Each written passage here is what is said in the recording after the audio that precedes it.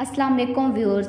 Drama serial बेदर्दी की अगली एपिसोड में आप लोग देखेंगे कि बिया और शाफे दोबारा से साथ हंसी खुशी रहना शुरू हो गए हैं।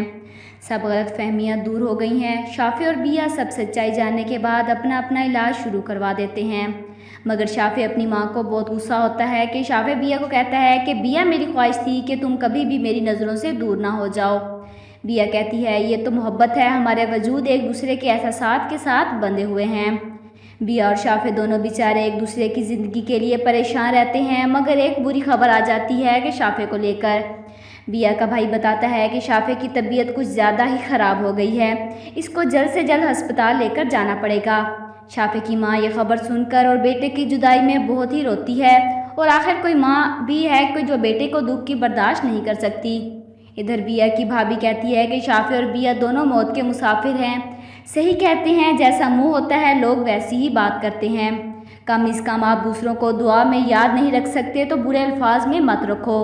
लोगों का काम बस बात बनाना होता है।